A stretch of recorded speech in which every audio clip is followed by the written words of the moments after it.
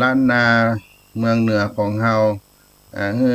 เกิดความจุ่มเนื้อเย็นใจในเมื่อค่ำยามเย็น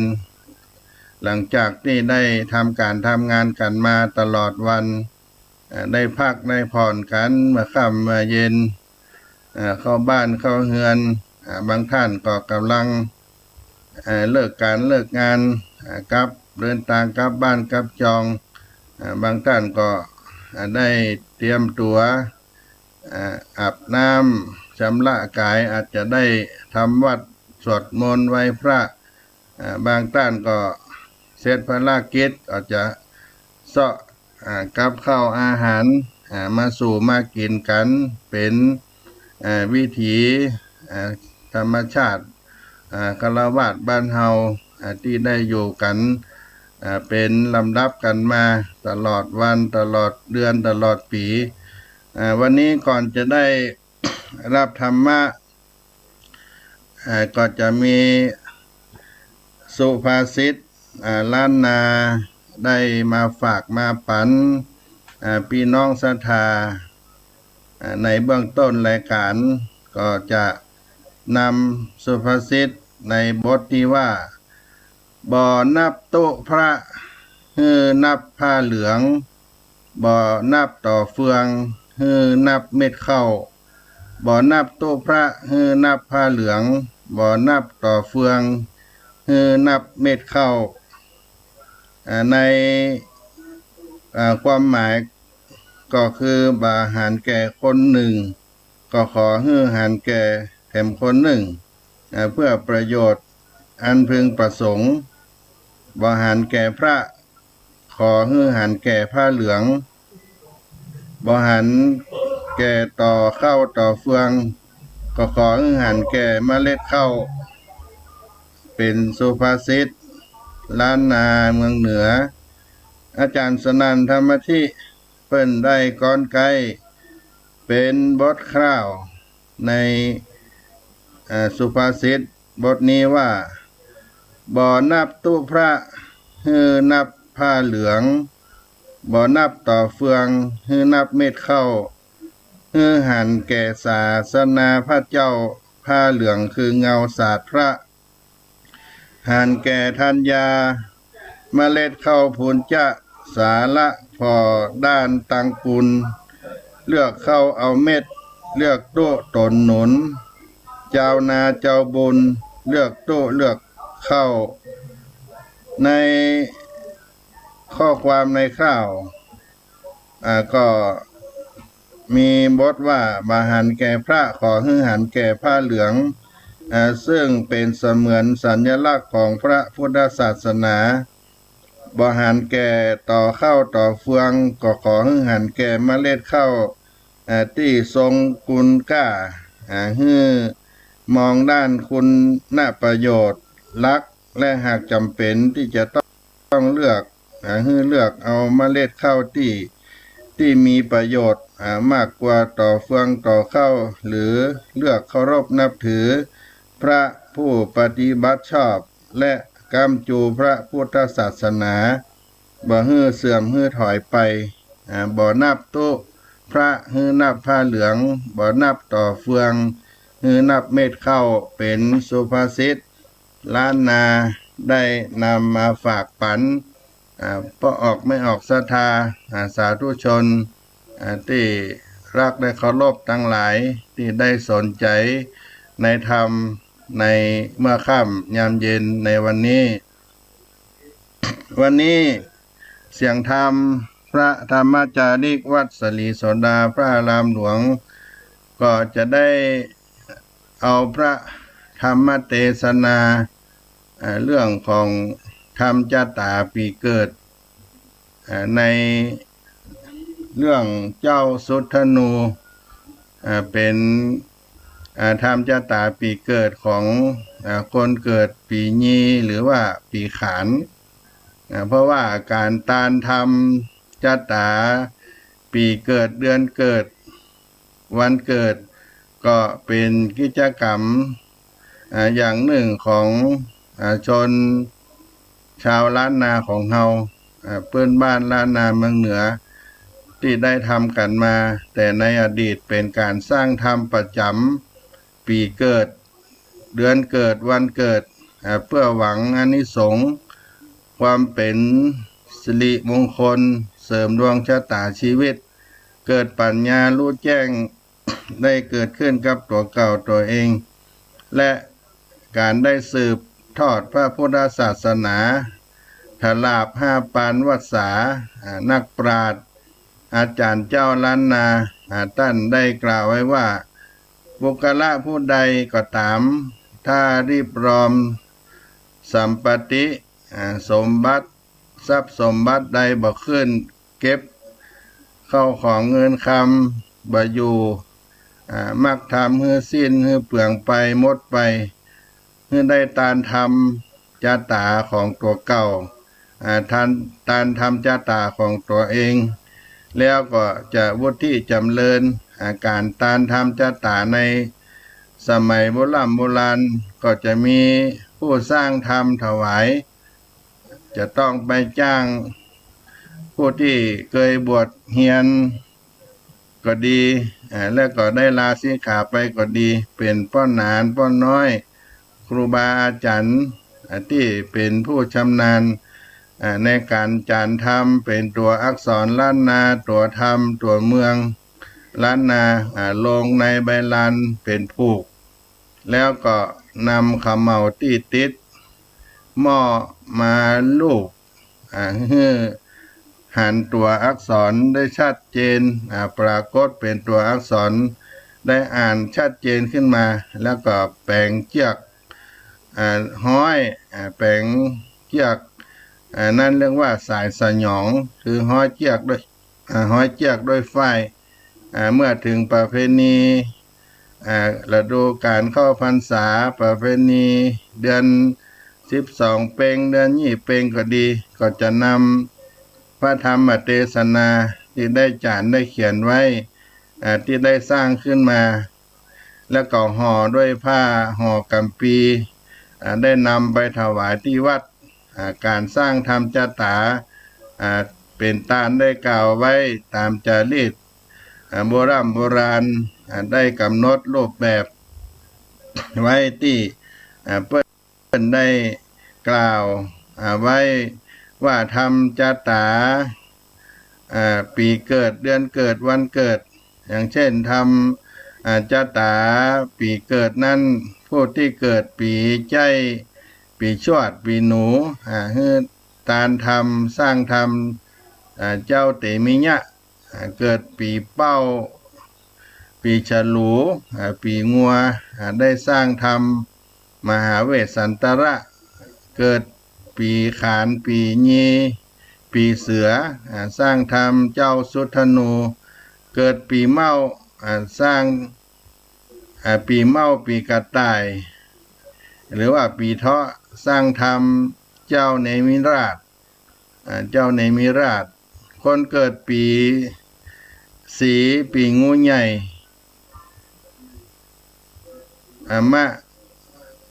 ปีสีปีงูใหญ่ได้สร้างธรรมสมพมิตรคนเกิดปีไส้ปีงูน้อยสร้างธรรมเจ้าภูริตัตคนเกิดปีสังฆาหรือว่าปีม้าสร้างธรรมเจ้าสุตนคนเกิดปีแปะปีเม็ดสร้างธรรมจังชัดตันและคนเกิดปีสันปีวอกสร้างธรรมเจ้ามโหสถคนเกิดปีเล้าปีไก่สร้างธรรมเจ้าสิทธัตถ์คนเกิดปีเซตปีหมาสร้างธรรมกุศราชเจ้ากุศราชคนเกิดปีจ้างปีไก่หรือว่าปีกุลได้สร้างธรรมเจ้าสุตตสมเป็นธรรมจาตาปีเกิดและคนเกิดในเดือนเกียงก็ประมาณตุลาคมได้สร้างธรรมสุธนูเป็นปฐมกัปคนเกิดเดือนยี่หรือว่าเดือน2ก็ประมาณเดือนพฤศจิกายนสร้างธรรมจ้างชัดตันหรือปตุมกุมารเป็นตาลคนเกิดเดือน3ก็ประมาณเดือนธันวาคม สร้างธรรมมัฏฐากุณดลีหรือเจ้ามโหสถเป็นตาลคนเกิดเดือนสี่ก็ประมาณเดือนมกราคมสร้างธรรมหงผ่าคำหรือภูริตัดเป็นตาลคนเกิดเดือนห้าประมาณเดือนกุมภาพันธ์สร้างธรรมอุทธราหรือปุริศาสตร์เป็นตาลคนเกิดเดือนหกประมาณเดือนมีนาคมก็สร้างธรรมพุทธโคสาหรือเจ้าเตมิยะเป็นตาลคนเกิดเดือนเจ็ดได้เดือนเมษายนประมาณเดือนเมษายนนี้ได้สร้างธรรมอรินตุมหรือเตมิราชเป็นตาลคนเกิดเดือนแปดก็ประมาณเดือนพฤษภาคมได้สร้างธรรมนารตะหรือเจ้าสีธาตุเป็นตาลคนเกิดเดือนเก้าก็ประมาณเดือนมิถุนายนสร้างธรรมพุทธาภิเษกหรือตาสะสิบจาตุได้ถวายเป็นตาลคนเกิดเดือนสิบประมาณเดือนกรกฎาคมได้สร้างธรรมมัจจักกับปวัตนสูตรหรือเจ้าสุวรรณสามได้เป็นธรรมจาตาเดือนเกิดและคนเกิดประจำวันที่ได้สร้างธรรมเป็นตาลได้เกิดวันอาทิตย์สร้างธรรมสังกินีเป็นตาลเกิดวันจันทร์สร้างธรรมวิภังกะเป็นตาลเกิดวันอังคารสร้างธรรมทาตุกถาเป็นตาลและเกิดวันพุธได้สร้างธรรมปุกละปัญญติเป็นตาลเกิดวันพัดหรือพฤหัสบดีได้สร้างธรรมคาถาวัตถุเป็นตาลและเกิดวันศุกร์ได้สร้างธรรมยมกะเป็นตาลคนเกิดวันเสาร์ธรรมจาตาปีเกิดเป็นธรรมมหาปฐานก็เป็นอภิธรรมเจ็ดกัมปีครบเจ็ดวันเกิดได้เป็นปีเกิดเดือนเกิดวันเกิดที่ได้นิยมสร้างธรรมเป็นตาลกันไว้ในพระพุทธศาสนาและคนที่เกิดในปีกุลหรือว่าปีใกล้ของทางล้านนานั้นถ้านับทางล้านนาก็จะเป็นปีที่12เป็นปีจ้างที่ทางล้านนาเปิ้นได้เป็นนับตัวเปิ้งเป็นปีจ้างก็เป็นประเพณีการตานธรรมจตาซึ่งโบราณอาจารย์ในล้านนาในอดีตได้นิยมสร้างธรรมถวายเป็นตานกันนักดังที่จะหันในหอพระไตรหอธรรมวัดวารามต่างๆในภาคเหนือจะมีการเก็บรักษากัมปีธรรมพระธรรมเทศนานี้ที่จานบันทึกด้วยตัวธรรมล้านนาตัวเมืองไว้เป็นจำนวนนักและก็มักจะนิยมเขียนในใต้ของธรรมที่ได้จานได้บันทึกที่ผู้ถวายได้สร้างไว้เช่น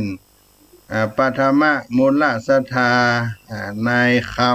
ำนางแก้วพร้อมด้วยลูกเต้าทุกคนได้สร้างธรรมเป็นตาลไว้ กำจูพระพุทธศาสนาตลาบ5 ปันพระวสาขอสุข3 ประการมีนิพพานเจ้าเป็นยอดแด่เตอนี่ก็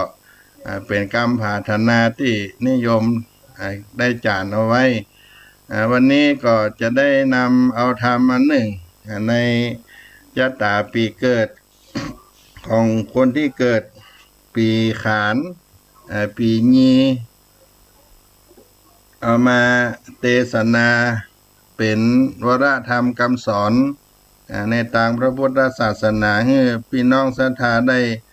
สดับรับฟังไว้เป็นกำหู้สืบทอดอายุพระพุทธศาสนาไปและสำหรับคนที่เกิดปีงีปีขานเพิ่งเสือก็ดีก็จะได้อานิสงส์ได้รับฟัง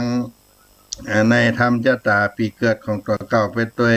และทุกท่านก็ได้บุญได้อานิสงส์ในการฟังธรรม เช่นเดียวกันวันนี้อาตมาภาพก็จะได้นำเอามาเทศนาเป็นบรรณาการปันเนื้อครับพี่น้องศรัทธาสาธุชนเป็นลำดับต่อไปเนาะไหว้พระนพธรรมก่อนที่จะได้รับฟังพระธรรมเทศนาเน้ออะระหังสัมมาสัมพุทโธภควาพุทธังภควันตังอภิวาเทมิสวาขาโตภควตาธัมโมธัมมังนามัสสามิสุปฏิปันโนภควโตสาวกสังโฆสังฆังนะมามินะโมตัสสะภะคะวะโตอะระหะโตสัมมาสัมพุทธัสสะนะโมตัสสะภะคะวะโตอะระหะโตสัมมาสัมพุทธัสสะนะโมตัสสะภะคะวะโตอะระหะโตสัมมาสัมพุทธัสสะ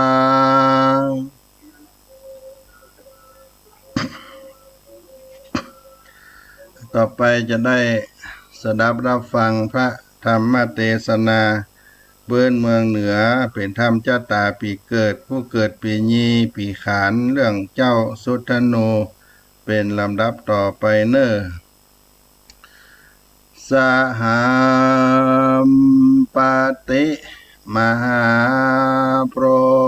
หมตนองค์อาจนาเจียนจากฟ้าวิมานมือขาน้อยขอย่ออัญจุลีพนมนบน้อมไว้กราบบังคมขอลูกศิษย์พระโกด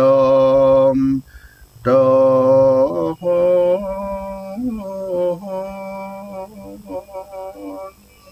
จ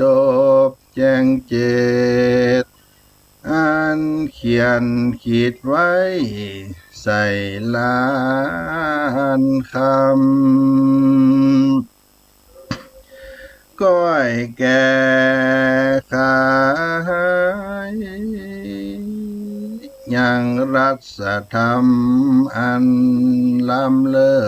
ศแล้วจีโลกาตามนอกแก้วพระพุทธเจ้าหากเทศนามา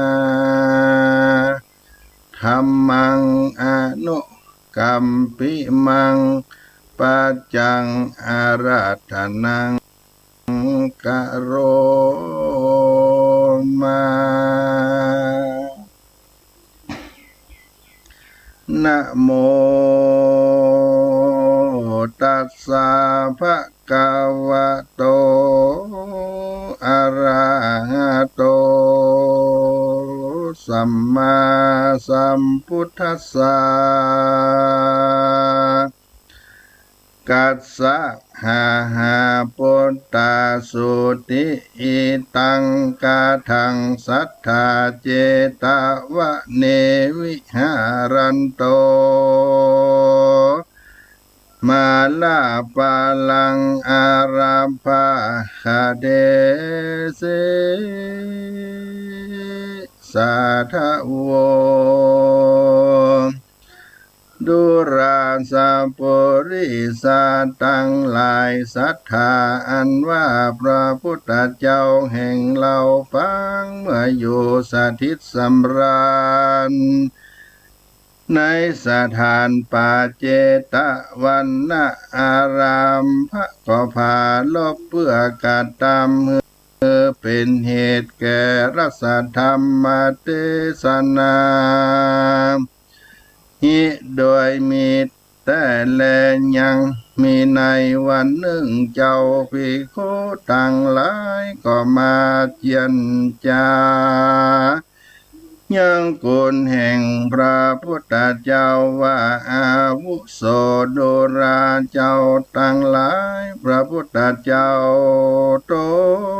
นละเสียยังราชสัมปติลวดออกบวชตนเดียวก็ประจนก็พระโจรพาแป้หมู่มารและเสนามารโดยปาลมีแห่งตนก็มีแลพระพุทธเจ้าได้ยินถ้อยคำอันนั้นโดยโสต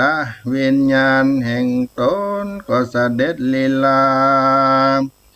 ออกมาสู่โรงธรรมศาลาแล้วก็จะถามว่าภิกขเวโดลาภิกขุทั้งหลายอันมาเจียนจากันโดยกรรมเยื่องใดจาภิกขุตนฉลาดจริงไว้ว่าพันเตภควาข้าแต่พระพุทธเจ้าผู้ข้าตั้งหลายจากกันโดยคำว่าดังนี้แล้วพระพุทธเจ้าจึงเท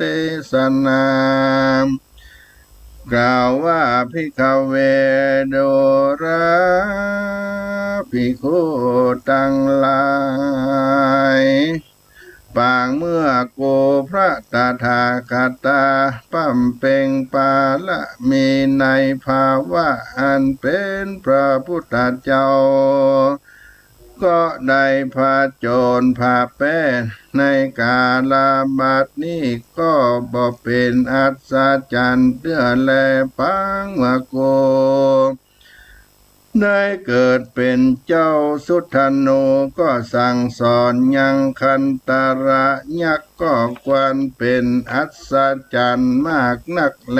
ยามนั้นเจ้าภิกขุตนฉลาดจริงย่อมือไว้ขอเอาธรรมเทศนากับพระพุทธเจ้าหันแลพระพุทธเจ้าจริงเทศนาว่าอติเตกาเลในกาลคาบหนึ่งเจ้าสุทันโนตนพระเสด็จก่อนได้เสด็จไปสู่สำนักพญาคันตระยักษ์เพื่อจักเทศนาสั่งสอนธรรมโดยศีลห้าก็เพื่อฮือหายปิดอันร้ายดังอันก็เข้าไปสู่สำนักแห่งยักษ์หันแลกันยักษ์ผู้นั้นหันโปธิสัตว์เจ้าก็สะดุ้งตกใจกว่ามันก็คันนิ่งในใจว่าผู้อันเข้ามาสู่ที่นี้รอยว่าเป็นพญาอินตาเมื่อโพธิสัตว์เจ้าจริงเมื่อนั้นโพธิสัตว์เจ้าจริงกล่าวว่าดูราพญายักษ์อันว่าเรานี้บ่ใจเทวดาคนสามัญผู้อื่นเรานี้ชื่อว่าเจ้าสุทันโนมาสู่สำนักแห่งต้านเพื่อว่าจังมาเทศนาธรรมสั่งสอนต้านด้วยศีลห้าว่าอันแล้วก็กล่าวว่าโดราพญายักษ์ตวังอันว่าต้านจุงรักษาศีลห้าประการนี้ที่นั่นพญายักษ์จึงถามว่าโดราเจ้าตนบนสีลังอันว่าศีลห้านั้นจากเป็นดังเลอจามหาสัตว์เจ้าจริงกล่าวว่าโดรามหายักษ์ตั้นจุงตั้งใจฟังแล้วจือจำไว้เตออันหนึ่งปานาติปาตาอันหนึ่งอตินนาตานาอันหนึ่งกาเมโสมิจฉาอันหนึ่งมุสา อันหนึ่งสุราโดรามหายักษ์อันนี้ชื่อว่าสินหาผู้ใดได้เว้นจากอันฆ่าสัตว์ตัดชีวิต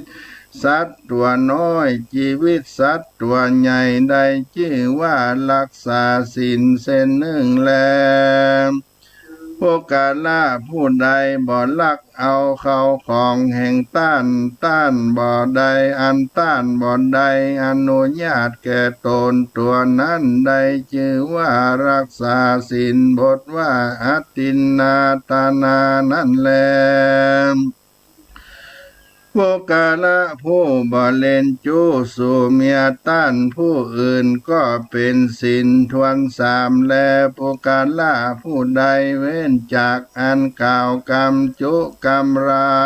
ยอันหาพระโยจานะบ่ใดชื่อว่ารักษาศีลทวนสีแลผู้กันละผู้ใดเว้นจากอันบ่เสพสุราเมรัยดังอันได้ชื่อว่ารักษาศีลทวนหายามนั้นโพธิสัตว์เจ้าก็ฮือปัญจศีลาตั้งหาแก่พระญายักษ์มันซ้ำถามโพธิสัตว์เจ้าว่าพละอานิสงส์อันใดรักษาศีลเป็นดังเลือจามหาสัตว์เจ้าจิ้งเตสนาวโดรามหายักษ์พละผลอันใดรักษาศีลเว้นจากการฆ่าสัตว์ดังอัน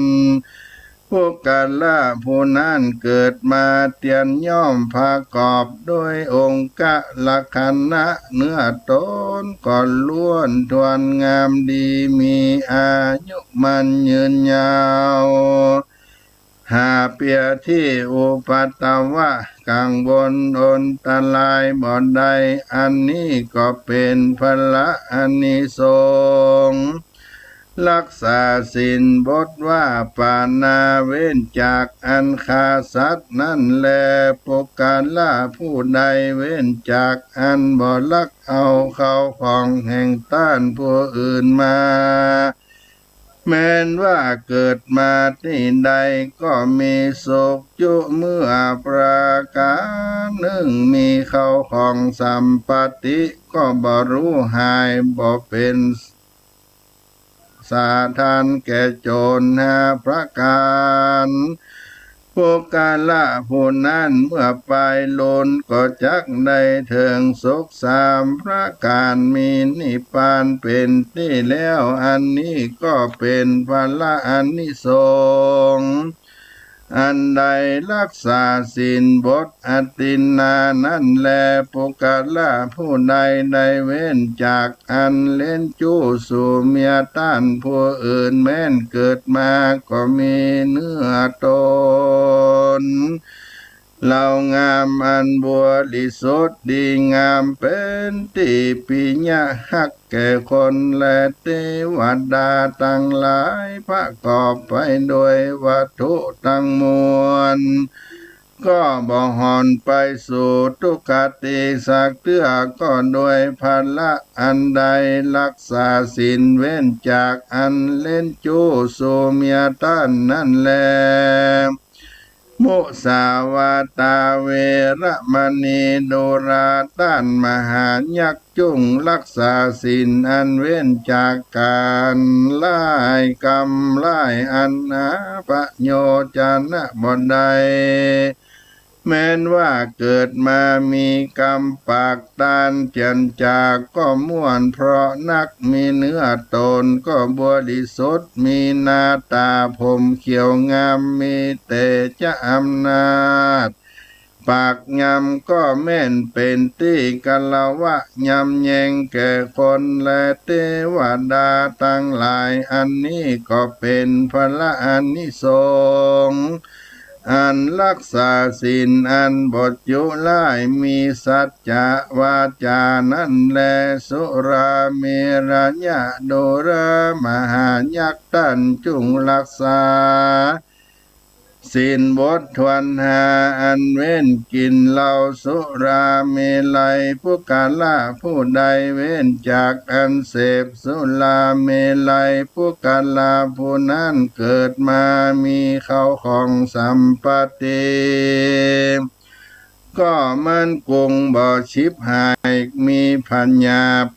ามากนักมีสติกำลังบ่หลงลืมอันนี้โดยการอันรักษาศีลทวนหาว่าสุราเมรยะนั่นแลอิมัสสมิงโลเกญิเกจิปุริโสวาสมาตาเนอันว่าผู้กาละผู้ใดในโลกนี้แม้นว่ายิ่งก็ดีใจก็ดีได้สมาทานเอาศีลห้าประการฟุงอันกล่าวมานี้การว่ามั่งปัญจขันธ์ตั้งหาไปนาแต่อันตายจากเมืองคนก็ได้เอาตนเมื่อเกิดในสุคติเลิศเมืองสวรรค์กาเทวโลกเสวยสัมปติทิพย์มากนักแลเมื่อไปล้นก็จักได้ถึงนิพพานอันหาทุกข์ในวัฏฏะสงสารเที่ยงแต่บ่อยากจะแลสาตัสสะธรรมังโสลักขิตังมหาพลังโอติปัญจศีลานิราคาติส่วนมหายักษ์ผู้นั้นได้ยินคำโพธิสัตว์เจ้าเทศนานิสงส์อันใดรักษาศีลว่ามีพละผลอันกว้างขวางมากนักก็มีใจจมชื่นยินดีแล้วก็ข้านิ่งใจว่ากูนี้ก็จากรักษาศีลห้าก็ควรจะแลว่าอันแล้วก็กล่าวซึ่งมหาโพธิสัตว์เจ้าว่าดุรามหาปุริสะเจ้าอันคานี้ได้ยินคำอันเจ้ากูกล่าวข้าก็จ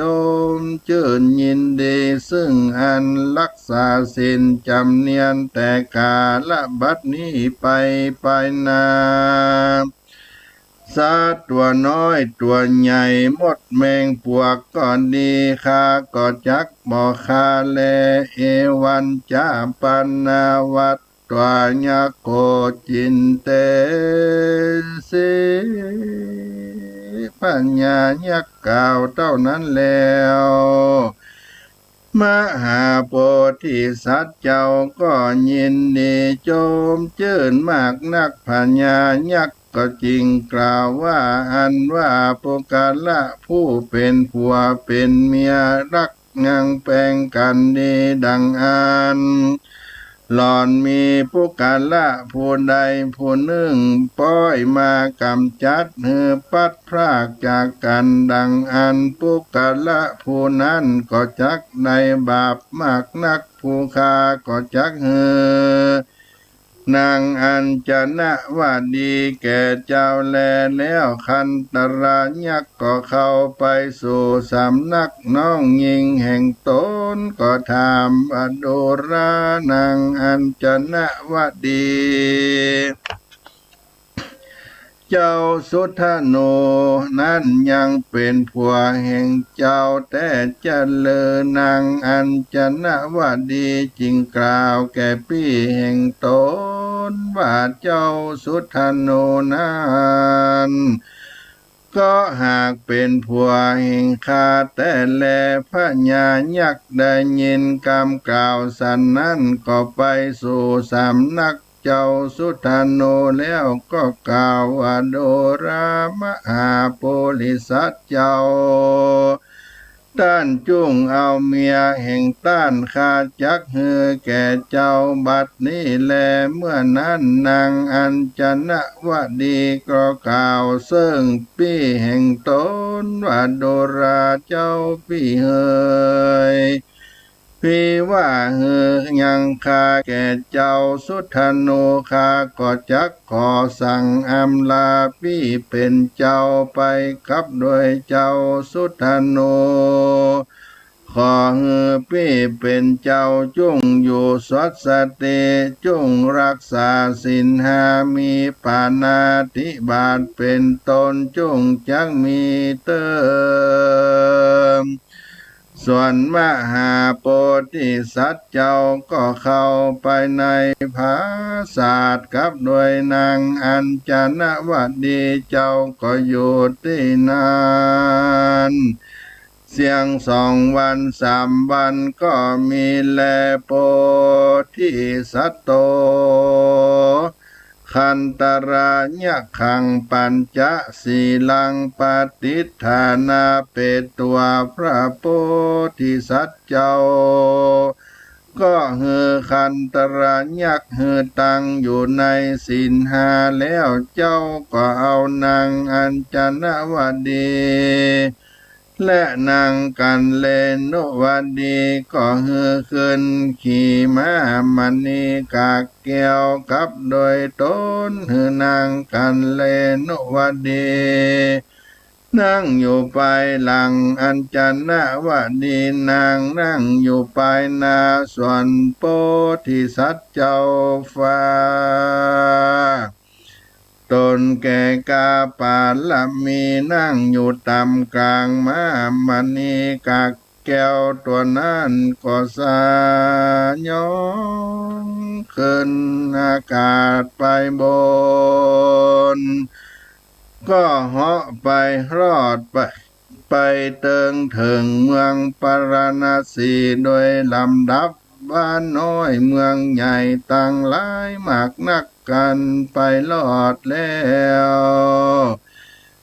ในเมืองแห่งตนก็ลงจากหลังม้ามณีกากแก้วก็เอานางทั้งสองเข้าไปสู่ภาศาสแห่งตนก็อยู่เสวยราชสัมปติมากนักก็มีแลตะตาในกาละยามนั้นโพธิสัตว์เจ้าก็ตั้งยังนางตั้งสองเป็นอากะระมเหสีราชเทวีเป็นใหญ่แก่นางนาฏสนมตั้งหลายได้16,000นางก็มีแลโพธิสัตว์โต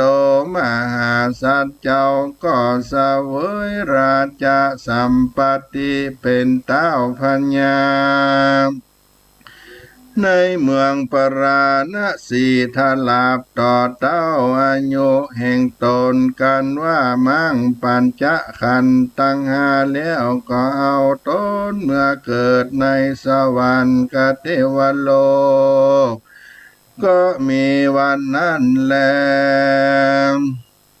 สัทธาอิมังธรรมเตสนังอาหาลิตัวสัทธานว่าสัมปัญโยพระพุทธเจ้าก็นำเอายังธรรมเทศนาอันนี้มาสำแดงแก่ปัณณสัตว์ทั้งหลายมีภิกขุปริษัทเป็นตนแล้วพระพุทธเจ้าก็สำแดงสัจธรรมตั้ง4 ภาการว่ามีทุกขสัจจะเป็นตนในเมื่อแล้วสัจธรรมดังดังอันส่วนว่าปัณณสัตว์ทั้งหลายก็ได้ถึงธรรมวิเศษตามบนสมปานแห่งตนอันใดก็ตาที่การมาแต่ก่อนก็มีวันนั้นแลปุกละยิ่งใจฝุ่งได้ ได้เกิดในปีนี้ได้เกิดร่วมชาติเจ้าสุทธาโนแล้วตายเกิดในวัฏสงสารปังเมื่อสุดซ้อยลาได้เอาจิตตนมาสลายอยู่ในต้นไม้มีผีเสือและงูอยู่เฝ้ารักษาได้พูดจากับผีเสือว่าและงูว่าตาตะโดราผีเสือและงูเฮยข้าจักอาสาไลอยู่กับเจ้าทั้งสองก็หากบ่เปิงกวนเยียวว่าเปียที่อุปัตตวะกังวลอนตรายจักมาบังเกิดแก่ข้าก็ขอสั่งอำลาเจ้าทั้งสองไปก่อนแล้วเมื่อลาไปลุนมาล้อข้าได้ต้องเปียที่อนตะลายดังอันข้าจักบูชาโดยเครื่องต่างๆอุติสะมาเฮือแก่เจ้าทั้งสองการสั่งอำลาแล้วก็เอาจิตตนมาปฏิสนธิกำเนิดเกิดในท้องแม่แห่งตนในกาลาบัดนี้แลปุกกะละยิงใจฝูงเกิดมาในปีนี้จุธาตุเจ้าจ้อแฮยอดตาลแห่งตนได้สร้างธรรมเจ้าสุทธาโนเป็นธรรมจาตาปีเกิดได้สร้างศาลาเป็นตาลก็จางสมฤทธิมั่งมีโดยสัมปติเข้าของข้าคนมากปวงลวงลายหาเปียที่กังวลอนตรายบ่ได้บ่อยาจันแลนาตุมเหพระวันตาตั้นตังลายฟังรัสธรรมเทศนาแล้วจุ้งทะลงจำเอาไว้ยังจาตากะอันนี้จุ้งจวนกันกะตำบุญเฮือตานรักษาศีลฟังธรรมปั้มเป่งเมตตาภาวนาไปใจเพื่อเฮือได้เถิงสุขสามประการมีนิพพานเป็นที่แล้วจุตนจุคนแต่ดีเลสุทธาโนจาตากังเนติตังขีญาสังวันนาจาห้องเหตุเจ้าสุทธาโนก็บังกมสมเลศเสด็จสาธุสาธุสาธุ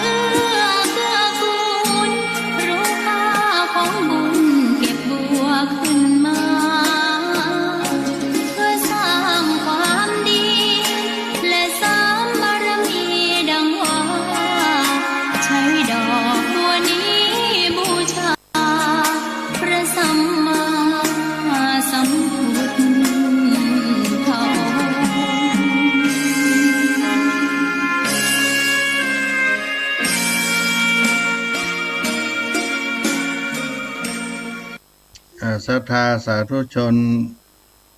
ได้สดับรับฟังพระธรรมเทศนาเจ้าสุทโนเป็นธรรมจตาปีเกิดของคนเกิดปีนี้หรือว่าปีขานได้นำมาฝากมาปัน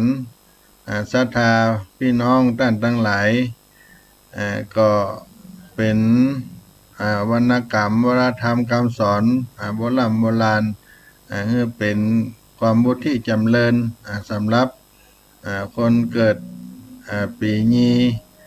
ในเรื่องของการตานพระธรรมเทศนา และก็ผู้เกิดในปีนี้พรหมจารย์เปิ้นกล่าวว่าสิทธิกาลิยะท่านโหราจารย์ในอดีตได้กล่าวไว้สืบต่อกันนะว่าจะยิงใดเกิดปีขานธาตุไม้จันสาเป็นผีเสื้อไม่ยิงมิ่งขวัญอยู่กับต้นขนุนหรือต้นไม้ลังลักษณะการทำนายผู้เกิดปีขานปีนี้สิริตกที่บ่าขวาของพรหมอังการเป็นปากมักจะชอบอู้อวดคนทั้งหลายความสามารถของตนให้ได้รับฟังและก็ชอบพูดในเรื่องความรักความใคร่ต่างๆชอบพูดตลกเป็นปัจจัยก็จะมีความรู้สึกในเรื่องของกามคุณทางเพศนักถ้าเป็นหญิงก็มักจะได้มีสามีมากกว่า1 คนพับกู้หาบ่ได้บ่ค่อยได้แต่ที่หาได้ก็บ่ค่อยดีนักมีพระฤหัสเป็นใจมีใจมั่นในศีลในธรรมเชื่อในโจกลางเชื่อในคาถาเวทมนต์ตาเฮียนต่างด้านวิทยาศาสตร์ก็เจริญก้าวหน้ามีเหตุผลยอมรับฟังเหตุผลและเคารพเหตุของคนอื่นมีพระอาทิตย์เป็นที่นั่งมีไฟมีป่านในที่รับเป็นคนเจ้าเสน่ห์มักหลงรักต่างเพศง่ายๆชอบทดลองมีความสงสัยอยู่เสมอไปตั้งถิ่นฐานบ้านที่ใดก็มักมีเพื่อนต่างเพศมาสนิทสนมเป็นจำนวนมากเป็นพระพุทธพระกัปสกเป็นมือชอบทำงานในด้านศิลปะทำมาหยังก็ได้ดีกว่าไผสามารถยังชีพได้ด้วยวิชาความรู้ต่างเครื่องยนต์เรียนรู้ต่างด้านช่างได้อย่างรวดเดียวมีความชำนาญด้วยพระเสาร์กับพระจันทร์เป็นเท้ามักเดินทางไกลเสมอเป็นนักธุรกิจทำการค้าดีได้รับราชการจะถูกย้ายไปอยู่หัวเมืองเป็นส่วนใหญ่มีเกณฑ์เดินทางไปต่างประเทศสำหรับผู้เกิดปีขานปีนี้นี่ผู้เกิดในปีขานถ้าเกิดกลางวันก็มีความสุขสบายแม้เกิดกลางคืนบ่ค่อยดีจะมีความยุ่งยากในการทำมาหากินเลี้ยงชีพมักจะเหนื่อยกายแต่มีความสบายใจเมื่อเด็กน้อยก็มีความลำบากกายแต่มีความสบายใจมีความแข็งแรงความอดทนอดกลั้นถ้าอายุนักเกินก็จะมีทรัพย์สินเงินทองผู้ใดที่เกิดในปีขานปีนี้ไปตั้งบ้านเรือนอยู่ต่างถิ่นต่างแดนควรหาทรายไปถมใต้ต้นไม้ขนุนไม้มะนนหรือต้นไม้ลังที่มีอยู่ในบ้านหรือใกล้บ้านเพื่อเป็นสิริมงคลแก่ครอบครัวปุกละผู้ใดเกิดปีนี้ให้ได้ไหว้พระธาตุเจ้าแฮเป็นที่สักการะบูชาพระธาตุปีเกิดได้ว่าโกสัยญะทาชาคาปปะเตสัตตะมโนลามีพุทธเกสาทัตตุปฏิทิตาอาหังวันตามิสัปปตาอาหังวันตามิทาตุโยอาหังวันตามิสัปปโสเป็นมังกละกับตนกับตัวผู้เกิดปีนี้เพิ่งเสือลงด้วยธาตุไม้จุธาตุเจ้าเฮเมื่อแรกเก้าหัวตีได้ไปอาศัยอยู่ต้นไม้มีผีเสื้อมีงูและผีเสื้อรักษาอยู่ได้เจียนจากกันว่าดูลาเจ้าควงเฮยกันมาอยู่ร่วมกันในที่นี้ก็บอกควรเยี่ยวว่าพญาที่จังมาบังเกิดแก่เราแลด้วยเหตุนั้นเราควรไปเอากำเนิดในขักปูนคนตั้งหลายพุ่นเตะร้อยว่าไปลุนหา มามีพยาที่บังเกิดในตนตัวนังอันก็ดีข้าก็ขอเอายังเครื่องปูจาต่างๆมาปูจาให้สู่เจ้าทั้งหลายได้รับไปเตอะกันว่าจากกันฉะนั้นแล้วก็เข้ามาอยู่ในกำเนิดในกำพระแม่